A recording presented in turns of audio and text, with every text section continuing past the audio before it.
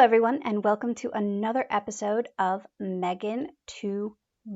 I'm your host, Megan Kane, future Martian, current space professional, and I'm here today to share with you a little bit about orbits. Now an orbit is just a path around the planet. In this case, planet Earth is what we're going to talk about. And the different names of the orbits that are commonly used, as well as the satellites, or types of satellites, that live in them. Alrighty, so let me switch this so you can see. There we go. You can see over here? Excellent. Alright, so let's get started with the orbits. You have right near Earth, you have what we call low Earth orbit, or LEO. Yes, I know Leo is a lion, but LEO is also the acronym for low Earth orbit. This is where most satellites live. They tend to be between the line of space, which there is a debate about, 50 miles or 100 kilometers, those are not the same thing, and out to about 2,000 kilometers, which is around about 1,200 or so miles. Conversions, not my specialty. Anyway, moving along, we have low Earth orbit, which is where the majority of satellites live. You have a lot of Earth observation satellites. You have some telecommunication satellites like OneWeb's constellation that's going up. And you have, of course, the space stations. Every space station has lived in low Earth orbit. In fact, Apollo, which sent people to the moon, is the only time humans have left low Earth orbit. Of course, Artemis plans to change all that by the middle of this decade, but we'll see how that goes. We're off to a wonderful start. So, low Earth orbit. Outside of low Earth orbit, you have middle Earth orbit. No relation to Lord of the Rings. Sorry, but middle Earth orbit is simply MEO, which means it's in between our most commonly used orbits of LEO and GEO. GEO being geostationary, as you can see here. So, MEO is literally the space between LEO and GEO, where geostationary orbit is 36,000 kilometers, which is about 2,200 miles, I think. 22,000, something like that. 36,000 kilometers out is geostationary, and that's where each little location for a satellite always looks at the same planet because it moves around the planet at the same speed the planet is turning. Okay. Now that's 36,000 kilometers out. In between there is where you have a lot of, well, utility satellites. There are a couple of telecoms, but mostly our navigational satellites live there. So you have GPS, Galileo, GLONASS, the major worldwide navigational systems live there in middle Earth orbit. Geostationary orbit is where your telecoms live. So anything that is looking at the same third of the Earth all the time, they can't really see the poles above a certain degree, can't really see them, but is always looking at the same portion. They've got a couple of Earth observation, but mainly it's for communications. A lot of satellite TV, a lot of satellite telephone, and things like that run through there. All right, now let's talk about the most common orbits in LEO, because that can be quite fun.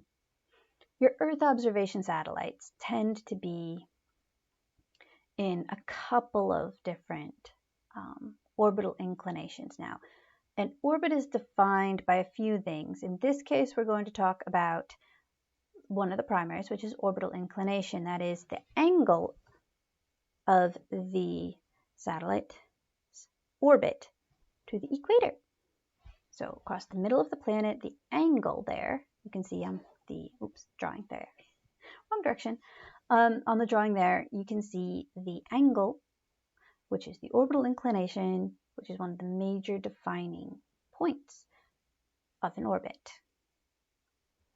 All right, so you have a sun synchronous orbit as a primary type of orbit that's used by a lot of Earth observation satellites. This is where it's always looking at the Earth with the same view from the sun. So every time it goes over the Earth, the sun is at the same angle to the ground, which is really, really helpful for comparing, especially pictures of one area to the next.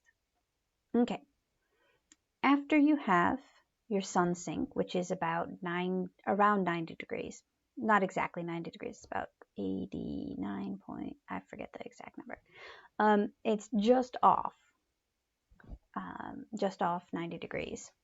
Polar orbits are exactly 90 degrees basically, and they go over the poles. Now you'll notice that if you look at a ground track is where you look at it in relation to the equator and how high up on the planet it goes. You can see that they go over the poles a lot. So they spend just as much time over the poles as they do over the area around the equator. But the equator is really, really big, and they all cross over the pole. So another big orbit is equatorial. This is needed to get really good coverage over the equator because it is the widest point of the Earth. Most of their things are going around the poles for Earth observation, so you need some that go around lower and get good images of the equator. So equatorial, which is pretty low to the horizon. Now we also have where the space station is. So the International Space Station is at about 52-ish degrees. It was agreed upon by the different partners to the International Space Station Treaty as the location because they could all launch to that inclination. You have the Russians launching from, well, Kazakhstan. You have the United States launching mainly from Canaveral, especially when we're looking at launching with the shuttle to build the space station.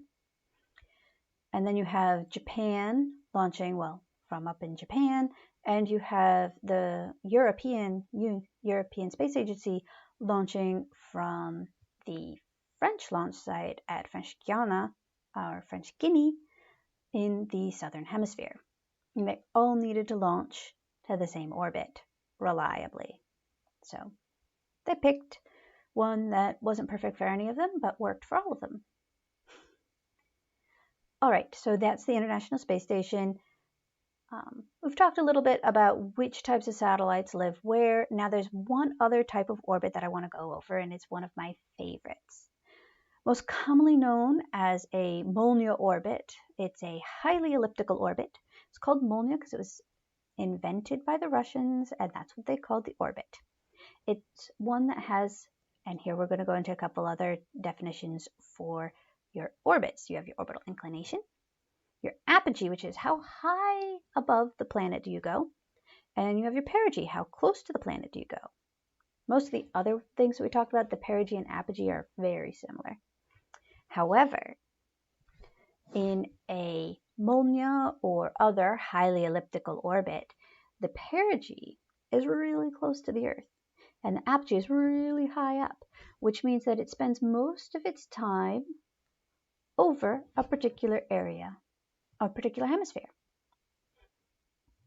So if you want coverage, such as telecommunications coverage at high altitudes, latitudes, sorry. High latitudes, you're going to need to use a highly elliptical orbit like the Molniya orbit. Okay, well, that's all we have for today on orbits.